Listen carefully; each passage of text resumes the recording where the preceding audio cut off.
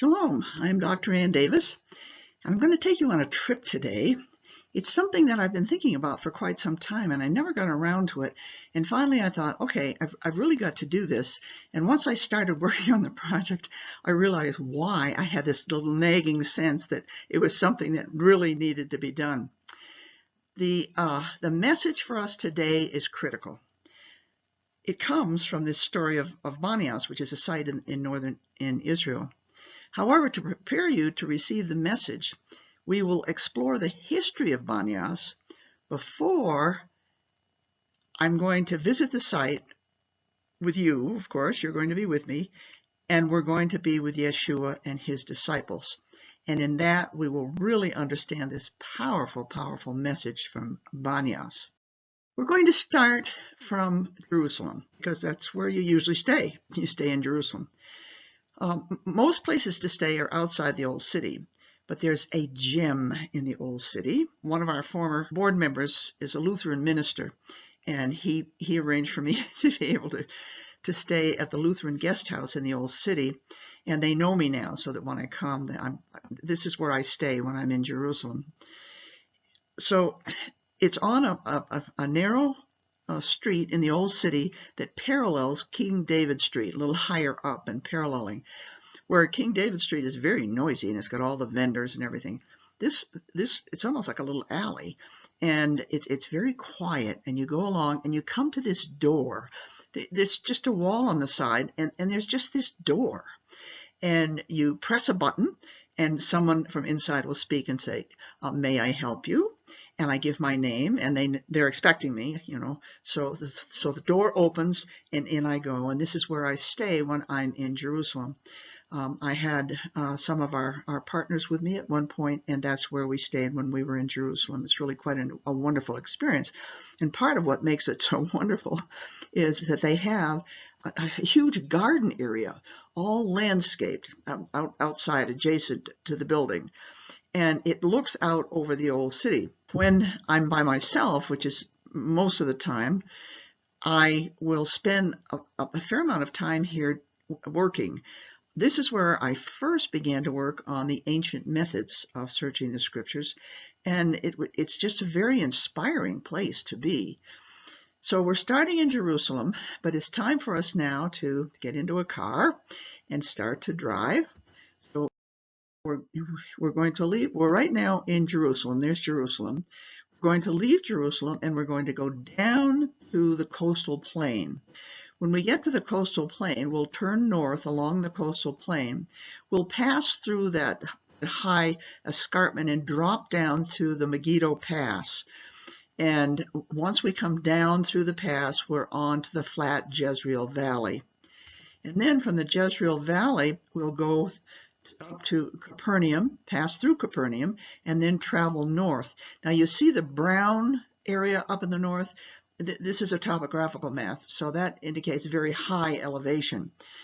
These mountains straddle where Israel, Lebanon, and Syria come together. And right here is Banias. It's at the base of Mount Hermon, right at the base of Mount Hermon. So let me take you now to the site of Banias. It doesn't look like much, but boy, it sure is. Right here is a huge cave. You can see people, they're tiny little figures to just give you the sense of the size of this cave.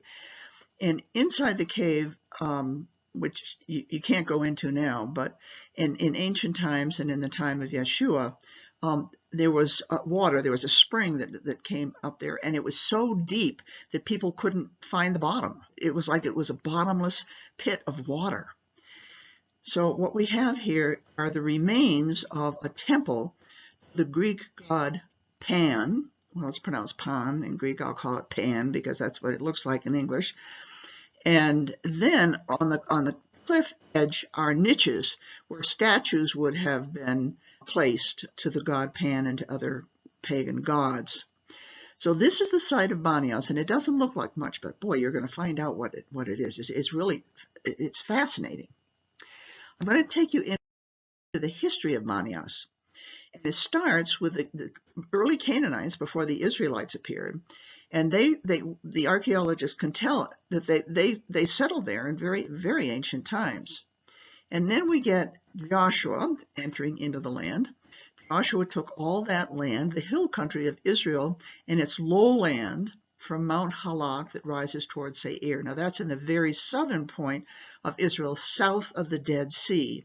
And then it continues even as far as Baal Gad. Now, Baal, of course, was an ancient pagan god, and God means happiness or fortune. So in ancient times, this was a place, it was like a magical place, and people would put offerings into the water, and they would disappear, and it was gifts to the gods, and the gods would be there, and they would be getting these gifts, and they would be praying for something, and in ancient times, it was a place of happiness and fortune. God, that's what God means. So Baal is the god, and God means happiness or fortune. In the valley of Lebanon at the foot of Mount Hermon. And there's Mount Hermon in the background. It's really quite spectacular. It rises from a low elevation quite high. I think it's maybe over 6,000 feet high, if I remember correctly. It snows in the wintertime. There's a ski area up there. And then it continues. And Joshua captured all their kings and struck them down and put them to death. So we're in the history now of Banias, first occupied by the Canaanites, who of course were pagans, and they used it for pagan worship. Joshua conquers it, and now it's going to be in Israelite control. Now we're continuing with the history of Banias, and you see here the allocation of the 12 tribes. This is at the time of Joshua, the book of Joshua. The Philistines, well, let me point out that the tribe of Dan was allocated an area that was in the lowland occupied by the Philistines. And they could only live in a small part that started to hug up into the hill country. So the story of Samson takes place in the tribe, he's part of the tribe of Dan, where the coastal plain begins to rise into the hill country. So they couldn't occupy down on that coastal plain because the Philistines were there. And we read here that the sons of Dan went up and fought with Lashem, which is also known as Laish, and captured it. And see where I put the red mark around the tribe of Dan. That's where they moved. They moved from what had been allocated to them by God, actually, up into the north because they couldn't hold the land which was occupied by the Philistines. So this is now the tribe of Dan that is occupying this area where Banias is located. So what we have here is a topographical map, and you see there's Mount Hermon. You see that's that dark brown area is Mount Hermon. There's out of Mount Hermon, the very base of Mount Hermon, there are 3 separate springs, and water absolutely gushes out. I mean, it's just a huge, huge volume of water that gushes out from the base of Mount Hermon into these 3 springs, and the 3 of them very quickly merge into one and become the Jordan River, which flows down into the Sea of Galilee. The Jordan River flows through the Hula Valley, which is quite moist. I remember taking 2 of our partners to the Hula Valley. There's a bird sanctuary there. I'm a big birder, and I always had wanted to go there, and we got there. It wasn't the migrating season, unfortunately. There were birds, but not as many as if we had been there during the migrating season. But the Hula Valley is very rich, agricultural, and because of the Jordan River flowing through that area. And then up here is Tel Dan. Now, many of you have been to Tel Dan. That's at the base of Mount Hermon. And very close, if you just drive a little bit farther, after you pass through Tel Dan, you'll come to Banias.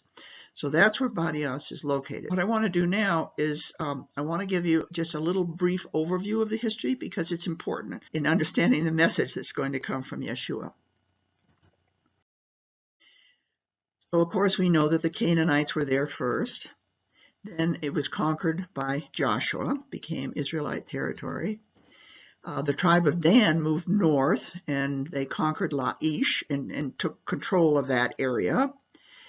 Then we have the United Monarchy, which is David and Solomon, a very short period of time, the United Monarchy. And then the United Monarchy broke apart into two divided kingdoms of Israel in the north, Judah in the south.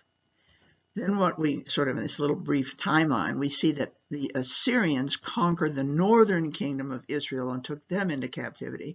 They're known as the 10 lost tribes, and because they were dispersed all around the Assyrian Empire. And then the Babylonians came in and conquered the southern kingdom of Judah.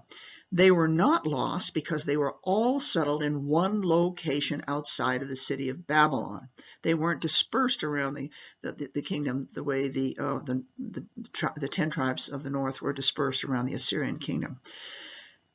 Then what happens is a series of conquests. So the Babylonians were conquered by the Persians, the Greeks conquered the Persians, the Romans conquered the Greeks, until we come to Jesus, Yeshua, who is in the Roman province of Judea. Now, I have put in red Greece, Rome, Jesus in the Roman province of Judea, because that's the history of Banias that we're going to address now. Okay, starting with the Greeks. When the Greeks controlled that area, what you see here is a fuzzy map. You can see the colors.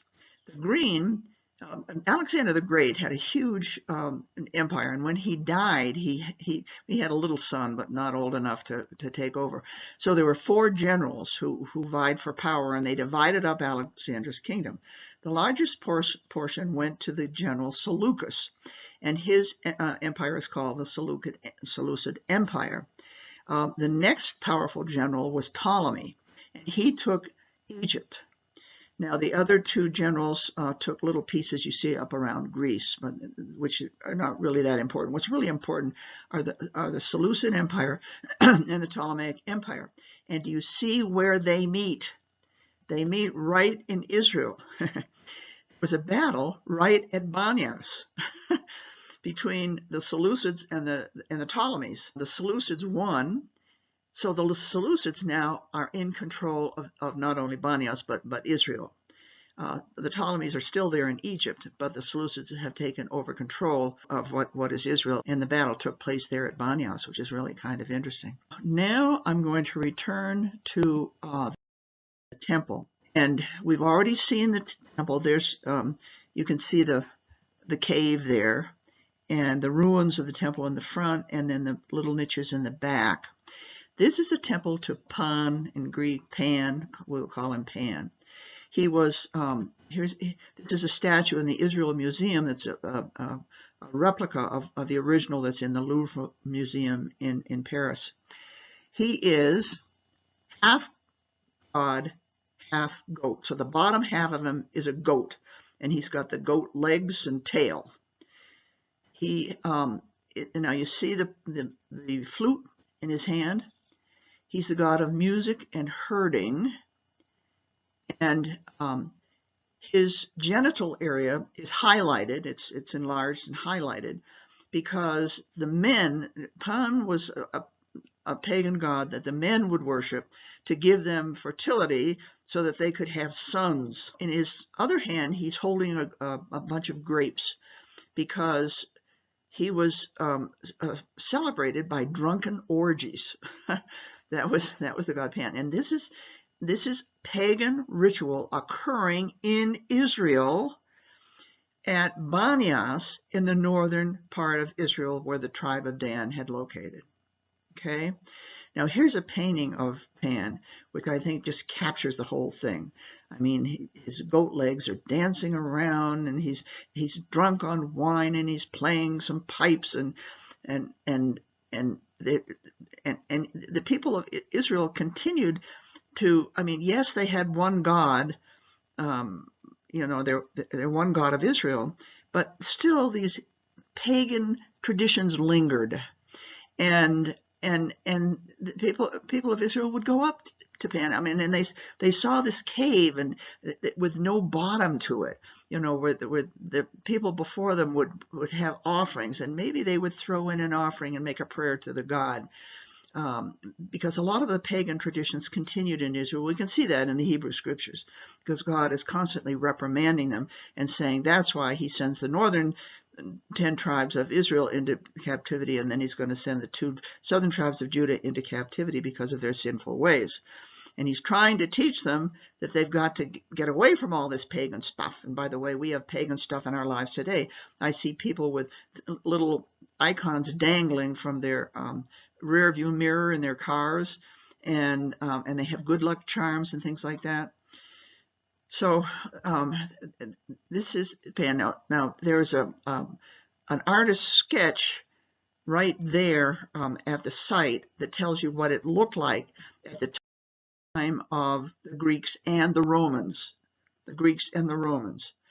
The temple on the left is in front of that cave, and then there's the temple on the right.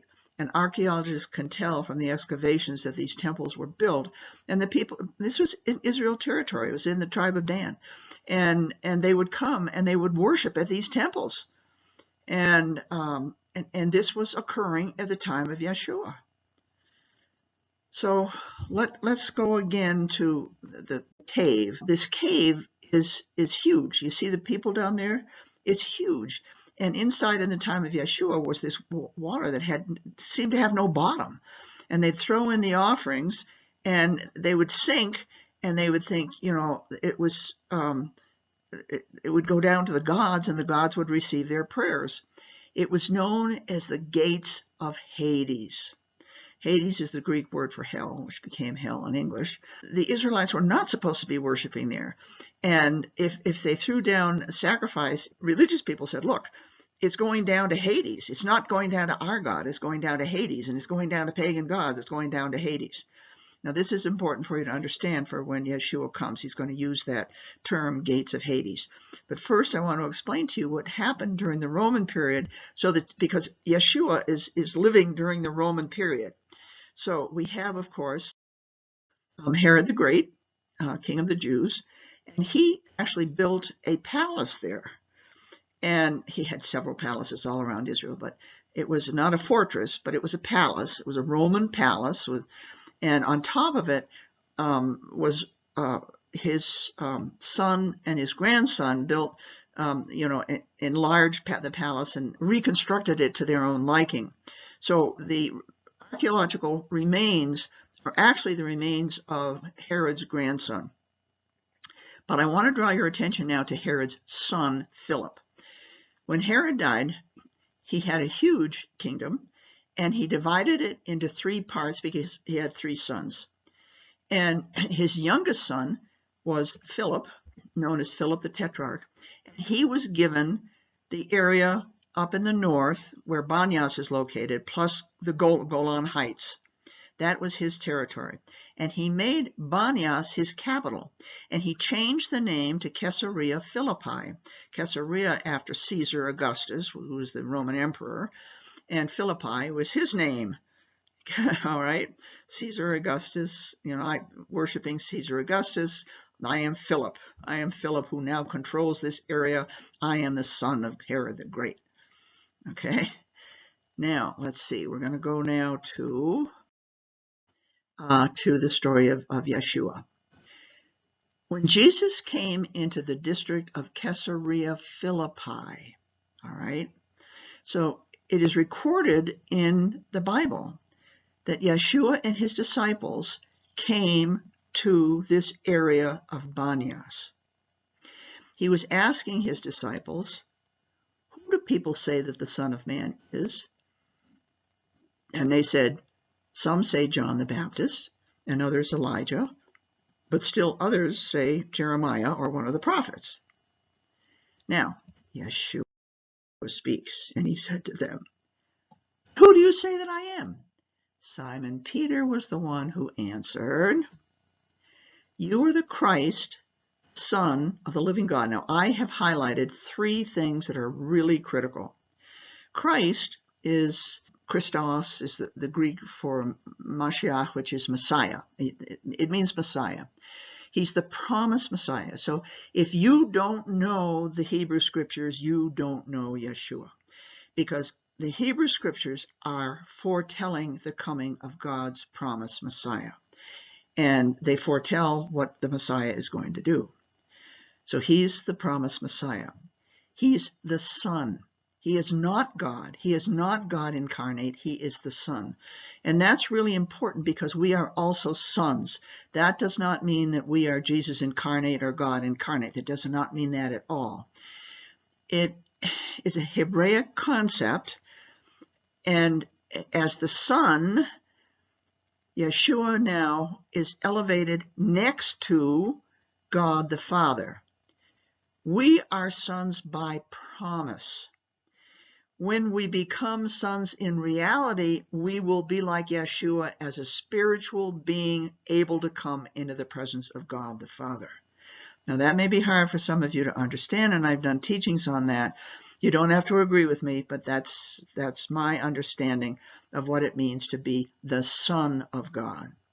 And what is God? He is the living God, which is incredible because, number one, he's not, the pagan gods were, they were idols, they weren't living. But I think much more important is that as a living God, he can take living actions. He can perform miracles. He can penetrate in our lives. Now, he does that through his Son, Yeshua. And the role of Yeshua is to bring us into the presence of the Father, who has no form. He is spirit. And that's, again, a hard concept to understand, that God is spirit. And sometime we will also be in spiritual bodies. Now, Yeshua continues. Jesus said to him, "Blessed are you, Simon Bar-Jonah." Now, Bar means son in Aramaic. Bar, Jonah, son of Jonah, because flesh and blood did not reveal this to you, but my Father who is in heaven. Now, listen to what follows. I also say to you, you are Peter. Now, I'm going to go through some things. Peter, that Greek is Petros, which means small little rocks. And upon this rock is a different word, Petra, which means a huge, massive, solid rock. And I think that Yeshua, being there at Banias, was pointing up to Mount Hermon. Upon this rock, look at Mount Hermon, how big it is, how powerful it is. I will build my church. Now, church is not a building. It's not a denomination. It means a group of people. That's what it means. So his church is people. And people may collect in a building. They may participate in a denomination. But the church is the people. And then he says, the gates of Hades will not overpower it. And can you see him pointing to that huge cave? The gates of Hades, where people still are worshiping pagan things and giving offerings and asking for favors. That whole concept of everything contrary to God is going to be totally defeated. How? You have to participate. You participate by making Yeshua your Lord, and you have to participate. Now, my husband and I actually at one time were in Banias, and then we drove into the Golan Heights, and were very blessed to meet a man who was an Israeli Druze. Now, he talked with us. We spent some time, and I allowed my husband to take pictures. My husband's a photographer. The Druze are Arabs speaking Arabic. Their religion is a branch of Islam, but it's not close to modern day Islam. It has a lot of differences. Just like Protestantism is Christianity, just like Catholicism is Christianity, but they've turned into two branches, and that's what happened with the Druze, turned into a different branch from what is today Islam. And the Druze are persecuted by the Muslims, which is kind of sad. They are Israeli citizens. They're loyal to Israel because of the persecution by the Palestinians. They serve in the Israeli army. They hold political positions. So we were really honored to meet this man, and he was he was anxious for us to understand who the Druze were, because he could see my husband was taking pictures and I was taking notes, and I guess he just wanted the world to know, and I'm now telling you so that the world will know. All right, let's go on here. We have we're entering now up into the Golan Heights, and you see the red area are the Golan Heights. The Sea of Galilee is blue, and the Jordan River flowing down into the Dead Sea, and the Golan Heights are on the other side of the Jordan River. They used to belong to Syria, but they were conquered by Israel during the 7-Day War, and they're now part of Israel controlled. I'm showing you what the Golan Heights look like. In ancient times, it was called Bashan, and you can see the Syrian tank, because during the 7-Year War, the Syrians came across and they actually went into Israel, and it was a near thing that Israel was able to overcome and push them back to Syria. So that tank was left there during the 7-Day War. And the cattle, it's a wonderful place for growing cattle, and in ancient times, cattle were grown in Bashan. And we read here about Moses. Moses and the people of Israel turned and went up by the way of Bashan. They still haven't entered the promised land yet. And Og, the king of Bashan, went out with all his people. And this is interesting. Now, I was with an Israeli guide, just myself, and he was taking me up on the Golan, and we were in his Jeep, and he said, I'm not sure I can find this site again. I've only found it once, but I'll try to find it again. And sure enough, he did. We passed by these dolmens, which are prehistoric tombs, and here's one where the rock had been propped up to show you that it was enclosed and there was a tomb inside, made from huge rock slabs covered with earth to form a burial mound. But of course the earth is no longer there. That's been gone away. And we finally got to the site that we were looking at. It's the traditional burial site of Og of Bashan. Now the picture on the left is an aerial so that you can get a glimpse of these circles, and in the middle is a huge pile of rocks, which was a burial site. And you see over here on the right, I'm standing there, and it's hard for me to take a picture. So I've got a video, and I'm standing up on top of the burial mound that's in the middle, and my camera is going all around looking at these they're just massive rocks that form this ring around this central burial mound. And then of course we read in the Bible, behold, Og's bedstead was an iron bedstead. Its length was 13 feet, and its width 6 feet by ordinary cubit. He was a giant. And here's my wonderful guide here to say goodbye to us. I hope you've enjoyed this trip to Banias and the Golan. Shalom.